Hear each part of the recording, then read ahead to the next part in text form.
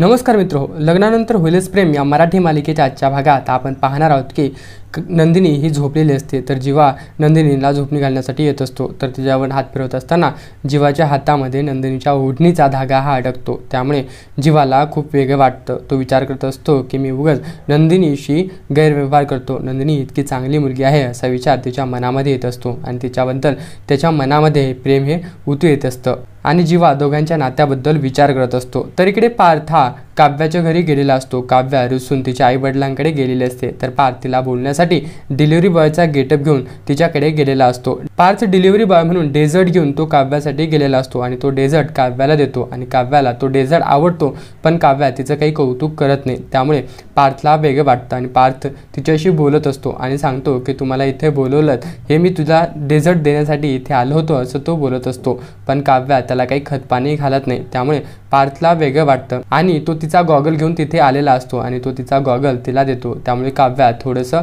हसते आणि मनामध्ये विचार करते की हा की माझी किती काळजी करतोय, मी इकडे रागाने आले तरी तो माझ्यासाठी डिलिव्हरी बॉय म्हणून मला भेटण्यासाठी आला असा विचार तिच्या मनामध्ये येत असतो आणि तिच्या मनामध्ये पार्थबद्दल प्रेमाची भावना ही जागृत होत असते। तिला वाटतं की मी उगाच तिच्याशी अशी वाईट वागते, मला आता बाकीचं सगळं सोडून प्रेझेंटमध्ये काय चालू आहे त्याच्यावरती फोकस केला गेला पाहिजे।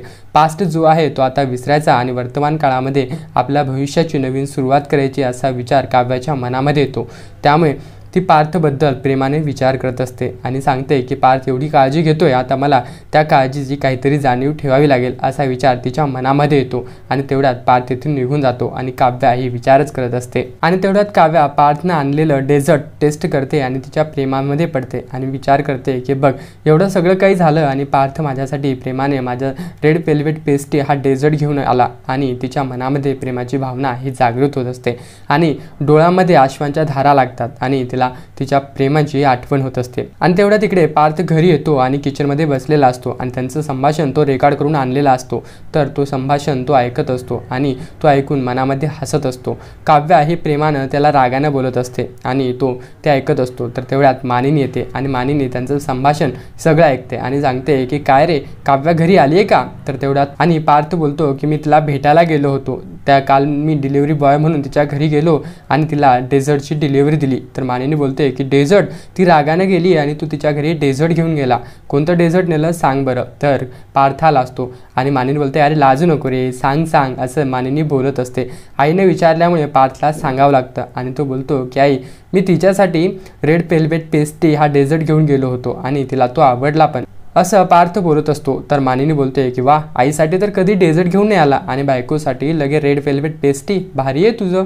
तर तेवढ्यात पार्थ बोलतो की आई मला नको सांगू, बाबा पण तुझ्यासाठी काय काय घेऊन येतात मला पण माहिती आहे ना, तुला मुकाटा भेटायला येतात हे पण मला माहिती। तर मानिनी बोलते की अरे बाबाचं बघून तुझं प्रेम व्यक्त करत जाऊ नको, त्यावेळेचा काळ हा वेगळा होता, तेव्हा मी शाळेत होते आणि तुझे बाबा नोकरीला पण नव्हते आणि त्यावेळेस आमचं लग्न झालेलं, आमचं लग्न खूप अगोदर झालं होतं, त्यामुळे बाबा माझ्याशी प्रेम करायचे आणि मला भेटायला यायचे असं मानिनी बोलत असते। तर मानिनीचं ऐकून पार्थचं सुद्धा मन हे केविलवाणं होतं। तर मानिनी बोलते की भारी आहे, तू रेड वेल्वेट पेस्ट्री घेऊन गेला, तिला आवडला का पण? आणि ती तुला घरामध्ये बोलवलं की घराच्या बाहेरच हाकलून दिलं? तर पार्थ बोलतो की नाही, मी डिलिव्हरी बॉय म्हणून गेलो होतो त्यामुळे तिला काही कळलं सुद्धा नाही आणि मी तिथे अचानक गेलो। तर मानिनी बोलते की असे काही धंदे करत जाऊ नको, डिलिव्हरी बॉय चक्क बनलास तू, एवढा मोठा माणूस आणि डिलिव्हरी बॉय बनलास, तुला काही वाटतंय का?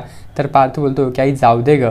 आणि तेवढ्यात ते दोघे चहा घेत असतात। तर तेवढ्यात किचनमध्ये नंदिनी आणि जीवा येतो। नंदिनी येते तर तेवढ्यात मानिनी बोलते की नंदिनी असं लंगडत का चालतेस बाळा, काय झालं? तर नंदिनी बोलते की मी रात्री सोफ्यावरती झोपले होते त्यामुळे माझी पाठ दुखते। तर तेवढ्यात मानिनी बोलते की तू बस, मी तुला नंतर तेल लावून चोळून देते असं मानिनी बोलते। तर तेवढ्यात नंदिनी ही खाली बसते आणि इकडे मानिनी नंदिनीसाठी कॉफी घेऊन येते।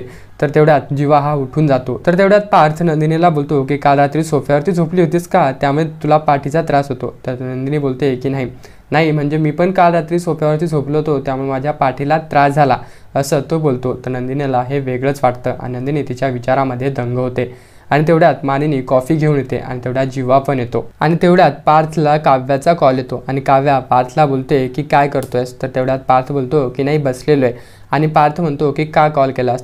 तर काव्या बोलते की आज माझं एक काम करशील का डिलिव्हरी बॉय म्हणून? तर पार्थ बोलतो की सांग काय करायचं असं तो प्रेमानं बोलतो। तर मानिनी त्याचं बोलणं ऐकत असते आणि काव्या बोलते, माझा जो कव्हर लावलेला बुक आहे ना तो तिथे राहिलाय, तो मला पाहिजे आणि तो तू घेऊन येशील. तर पार्थ बोलतो की हो मी घेऊन येतो, कधी घेऊन यायचं ते सांग. तर काव्या बोलते की तू घेऊन येऊ नको, माझी मैत्रीण मी घरासमोर पाठवते, फक्त तू तिथून घेशील आणि तिच्याकडे देशील, फक्त एवढंच काम करायचंय. तर पार्थ बोलतो की याला डिलिव्हरी नाही म्हणत, याला पिकअप करणं म्हणतात. तर तेवढ्यात काव्या बोलते की हो माहिती आहे, आता जास्त बोलू नको, तेवढं काम कर फक्त. तर पार्थ बोलतोय की तू तिला कशाला पाठवतेस, मीच येतो ना तुझ्याकडे घरी घेऊन.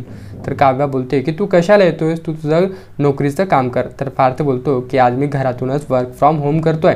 तर काव्या बोलते की नको काही करू, माझी मैत्रीण येईल, फक्त तिच्याकडे तेवढा ते बुक दे, असं ती बोलते आणि म्हणते की आता मी कॉल ठेवते. तर तेवढ्यात पार्थ हा कॉल ठेवून देतो. तर त्या दोघांचं बोलणं ऐकून नंदिनीला वेगळंच वाटतं. नंदिनीला वाटतं की आज पण पार्थचं प्रेम हे काव्यावरती आहे.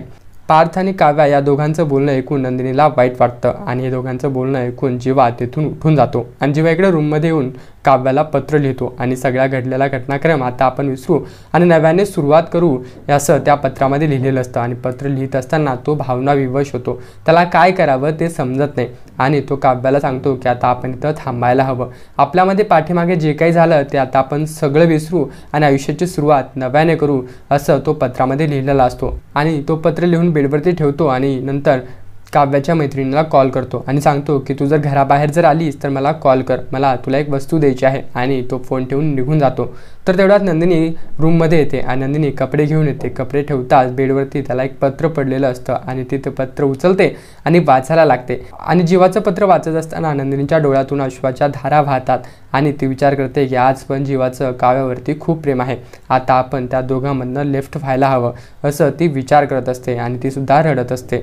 आणि इकडे काव्याला वकिलाचा कॉल येतो आणि वकील काव्याला बोलतो की मी तुमचे वकील बोलतो, तुमचे वकील आज सुट्टीवरती आहे, त्यामुळे तुमची केस त्यांनी माझ्याकडे दिलेली आहे. तर काव्या बोलते की हो मी केस केली होती, आता तुमचं काय म्हणणं आहे सांगा. तर वकील बोलतो की आता तुम्हाला डिवोर्स घ्यायचा की नाही. तर डिवोर्स हा शब्द ऐकताच काव्याला वाईट वाटतं आणि वकील बोलायला लागतो की तुमचा अगोदर डिवोर्सचा प्लॅन झाला होता, आता काय करायचं ते सांगा. तुम्हाला तुमच्या नवऱ्यावरती कोणती केस टाकायची, फिजिकल हॅरॅसमेंट की काय. तर ते हे ऐकून काव्याला वेगळंच वाटतं आणि काव्या वकिलावरती रागावते आणि सांगते की माझ्या नवऱ्यावरती मला अशी कोणतीही केस करायची नाही, ते खूप चांगले आहेत आणि त्यांचे घरचे सुद्धा चांगले आहेत, मला फक्त वेगळं व्हायचं होतं, असं ती बोलत असते. तर वकील बोलतो की आता तुमचं नातं नव्याने सुरुवात झालं वाटतं, अगोदर सारखं राहिले नाही, हे चांगलीच गोष्ट आहे. तर वकील बोलतो की आता तुम्ही केस करण्याचा विचार करताय की केस मागे घेताय, आता तुमचा काय विचार आहे. तर काव्या बोलते की आता मी सध्या IASची प्रिपरेशन करते, आता मी तो विचार मागेच ठेवलाय, मला ज्यावेळेस गरज पडेल त्यावेळेस मी तुम्हाला सांगेल, आता तुम्ही कॉल ठेवून द्या. आणि तेवढ्यात काव्या कॉल ठेवून देते आणि इथेच मालिकेचा भाग संपतो. अशाच मराठी मालिकेच्या नवनवीन स्टोरीज जाणून घेण्यासाठी आत्ताच आमचं YouTube चॅनल सबस्क्राईब करून समोरील घंटीचं बटन दाबायला विसरू नका. धन्यवाद.